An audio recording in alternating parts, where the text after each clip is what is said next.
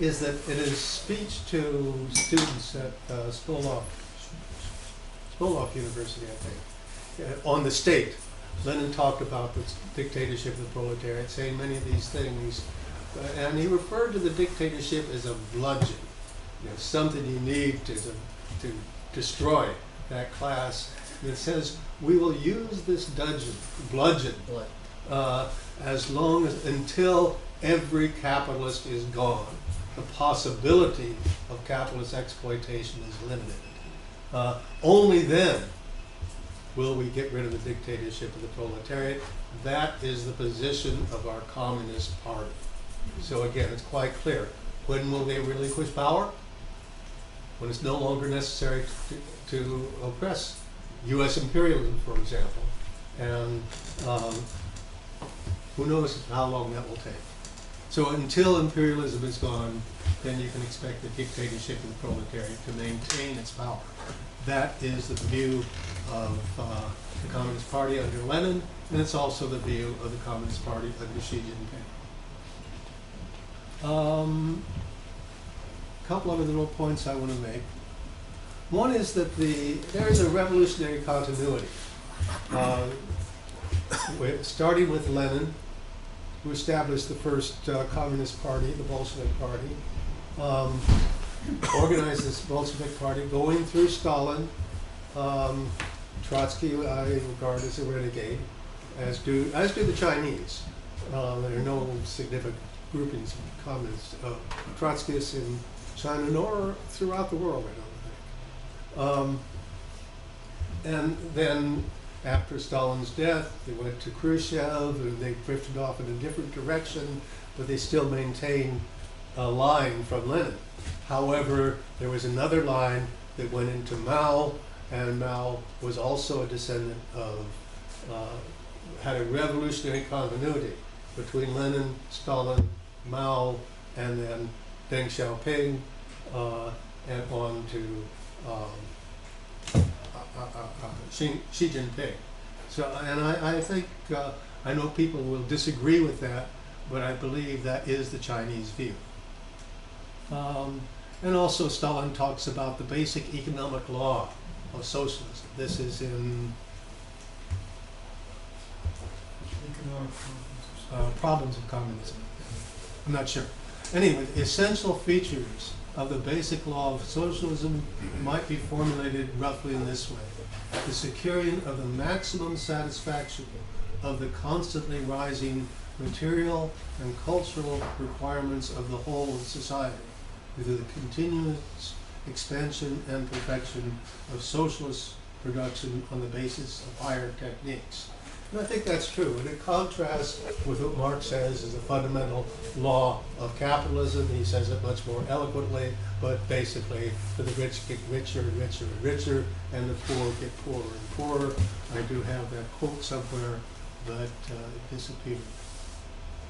Let me just go over this a little bit. Again, many people, when they look at socialist countries, say, well, it's a new ruling class that's come to power here, and they just run things for themselves. Well, one of the key studies of inequality is, one of the experts, bourgeois experts on inequality is Thomas Piketty, who's written a lot on this.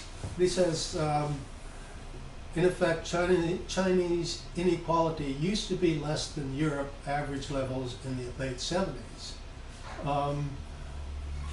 Today they are approaching US levels.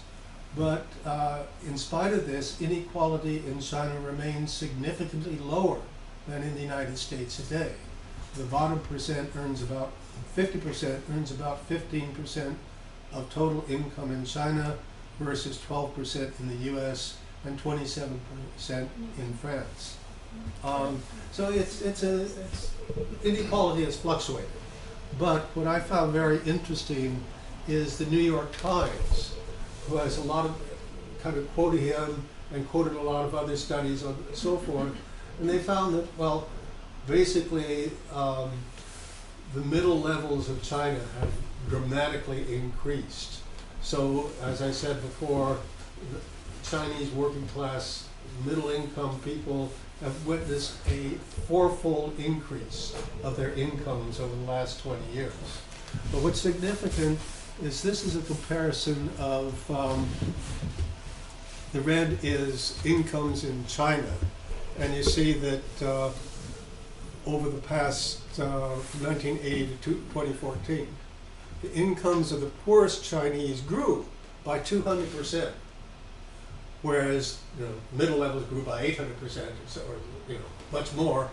But it benefited even the poorest people in China, whereas in the United States, the incomes for the poorest Americans fell by a significant amount.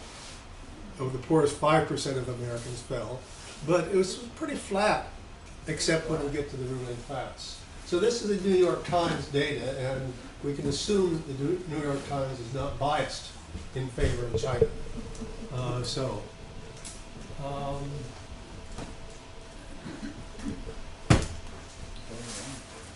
I'll try to push forward a little bit. There's some more on this. If people want to hear more later, we can go into it, including material on the Great Leap Forward and the Cultural Revolution.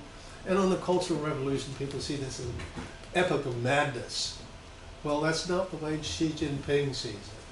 Because Xi Jinping says he was essentially, his parents were purged, his parents were high communist officials, they were purged. He was sent out to herd pigs in northwest China and sleep in a cave with fleas and all of this. And he said, that's what made him what he is today. He was transformed by this experience. He was made a communist by the Cultural Revolution. And if you, actually, the cave where he lived is now a national shrine, almost, and thousands of people, Chinese, visit that area to pay homage to Xi Jinping. So I think that's important to bear in mind that, well, yes, this was a very difficult period, the Cultural Revolution, but there were real issues that were dealt with, and they laid the basis for the more modern developments in China. I'll pass over this.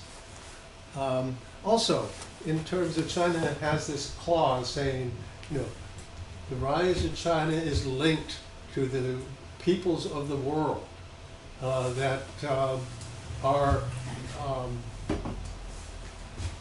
welfare is dependent upon world peace. I forget it was in there someplace, I think. But and then you say, well, people have said, well, China is just window dressing. They're really just new exploiters. They have a new imperialism in Africa and so forth. I had a friend, a former neighbor, taught at San Jose State in the political science department. But he said, China has never enslaved a single African. And I would add to that, China has never shed a single drop of blood for oil. It's had border skirmishes over sovereignty, over the Spratly Islands and so forth. A pretty major war with Vietnam. That was not over oil, it was over sovereignty, punishing Vietnam for invading and conquering basically Cambodia, which was an ally of China and so forth. It had, and it's not pretty, but it was not over oil. It was not part of this kind of imperialism in which you see in real imperialism. We know what real imperialism is. Since World War II, between 20 and 30 million people have been killed by the wars of U.S. imperialism. And if you go back in history, there are untold millions that have been killed by Western imperialism. By contrast, the wars with China are in the hundreds or thousands, which is very significant. I don't want to say they didn't occur, but there's a qualitative difference there.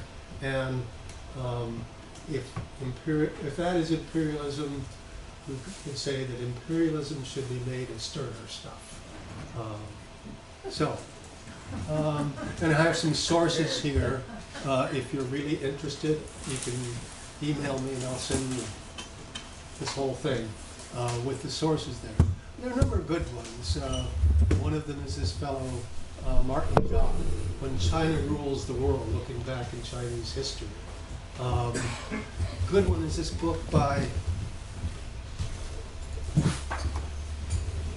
Zhang Weiwei, who was Deng Xiaoping's interpreter. And he talks about the China wave and so forth. He also has numerous videos on YouTube. So it's a very interesting and worthwhile book. You just kick back and have your cup of coffee or glass of wine, depending on what you'd like to do, and just watch him talk about it. And I consider it a very good source. And there's another thing, China Rising, Socialist Roads, Capitalist Roads, Socialist Destinations. But it has a lot, it's a kind of a narrative. What's interesting is that while he's giving this narrative, they show all these pictures of the super trains and all the things that China, the infrastructure that China has built. And there is an unfortunate little chunk that of softcore porn in there. I don't know how that got it. It's only two or 3 minutes, but if you're offended by such things, be forewarned. Porn may like it. They're not really. Anyway. Some more sources, which I won't go over. They're mostly a monthly review, which challenges some of these views. And so we'll leave Xi Jinping with a glass of wine. He's bidding us farewell and saying that good company, good wine, good welcome can make good people. So with that, we will leave Xi Jinping and move over to Bernie-style socialism in the United States. If I can have about 5 or 10 minutes, I'll finish this off. And I want to start off with this statement attributed to Xi Jinping. I envy you North Americans. You are fighting the most important battle of all. You live in the belly of the beast. Now, why would Che, way back in the 60s, say something like this? Clearly, I think, go to a democratic socialist, the essay, all this, because we're fighting for, Medicare for all. But of course, Cuba already has a much better medical system. Well, we're fighting for free education. Well, Cuba has a good education system and did in Che's time. Well, we're getting money out of politics. Well, Che and other people got money out of their politics too. And interesting, one thing I wanted to say earlier is when I was in Cuba, we had a session on politics, and somebody was saying, well, how can you say you have democracy here when you only have one party? And the response was, under Batista, we had 33 parties and no democracy. Now we have one party, we have democracy, meaning that the real political processes go into picking up who is going to be the candidate, just like they are here in the United States in our primary system, but more transparent, in both in Cuba and in China. So that can't be why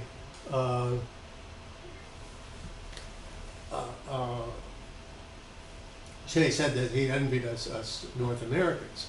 Clearly, because we live in the belly of the beast, and an American working class and American people in general hold the key, I think, to overthrowing that beast. And here's something, some time ago I went to demonstrations up in South Central LA by various black liberation people, and they marched around chanting, "We don't get no justice, we don't get no peace. Power to the people, death to the beast." And the message there is that, well, if Bernie does indeed, if this democratic socialists do indeed take power, that means puts them into direct conflict with the beast of American imperialism, because you can't have the two working together.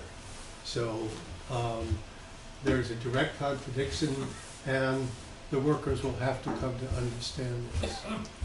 Real quickly, there's been a long tradition of socialism in the United States, going back to utopian socialists. This is, what's his name?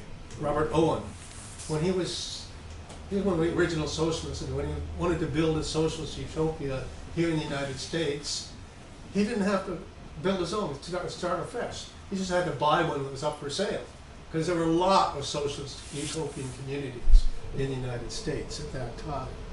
And of course, our favorite socialist is Eugene E Ruyle, who said he was a Bolshevik. He supported the Russian Revolution. But distinguishes those people are, there, as Yoda would say, but there is another, Master Bernie. And here's a little campaign poster. I'll comb my goddamn hair when the financial criminals are running Wall Street are in jail. So there's a clear class perspective there, a clearly attack on business as usual. And I think it's important for the success of the Bernie campaign. Now before, way back in 2012,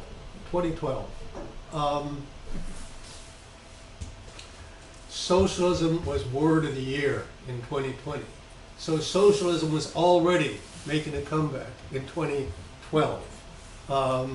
But Bernie managed to plug into that enthusiasm people were having for socialism. So his campaign drew over 13 million votes for an open socialist. And that's unprecedented in American history.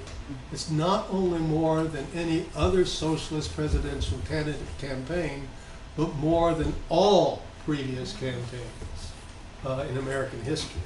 And I think that indicates there's significant goings on here. And this is just, I will try to get a little thing from Michael Moore's discussion on Democracy Now!, part of which it has Bernie being arrested in 1963 in a core demonstration for civil rights. And so his determination to fight the system for democracy, for civil rights, for peace. He had a foreign policy when he was mayor of Vermont. Had sister cities with cities in Nicaragua and so forth. So he did have a foreign policy then. So there's a long history of fighting for equality, unlike many of the other candidates, although, as you can see, I do support Tulsi, and I think she's a great woman. But just want to say that about the system. And I just, that's too small. And I meant to kind of edit that down, didn't have a chance to. But the point is, we've been talking a lot about Hong Kong lately, and some of the comrades we've been discussing this with say that, well, either the United States is going to have a world war, a nuclear war with China, or it's going to have to accept China as a co-equal partner in the world global system.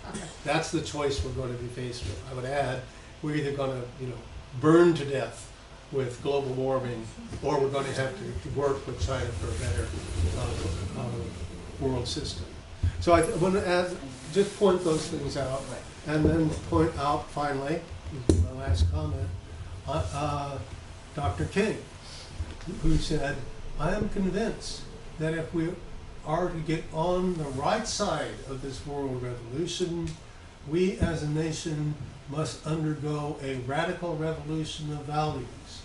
We must rapidly begin the shift from a thing-oriented to a person-oriented society. And it's not really widely recognized that Dr. King was an open socialist who said that there must be a better distribution of wealth, and maybe America must move towards democratic socialism. Nice article on 4 ways Martin Luther King wanted to battle inequality. 1, ratify an economic bill of rights. 2, guarantee everyone a basic income, no strings attached. 3, build a powerful labor movement. And 4, guarantee a job to everyone who wants to work, which are the basis of Dr. King's democratic socialism. So I just want to point those things out. This is very much a task, I think, that the Bernie movement needs to confront, and it will have to confront, no matter how much it wants to, no matter how much fake news and all this other kind of stuff you hear. We need to get back to the Communist Manifesto, because that was what was going on when they were writing. Things were very much in flux. Now it's fake news, and in this situation, all fast frozen relations with their train of ancient and venerable prejudices and opinions, or just newfangled fake news that's flooding the airwaves, are swept away. All new formed ones become antiquated before they can ossify. All that is solid melts into air. All that is holy is profaned, and man is at last compelled to face with sober senses his real conditions of life and his relations with his kind. And that is what is confronting us. And we have a couple of things here, but I'll just say end there and turn to Q&A. But before that, money. Thank you.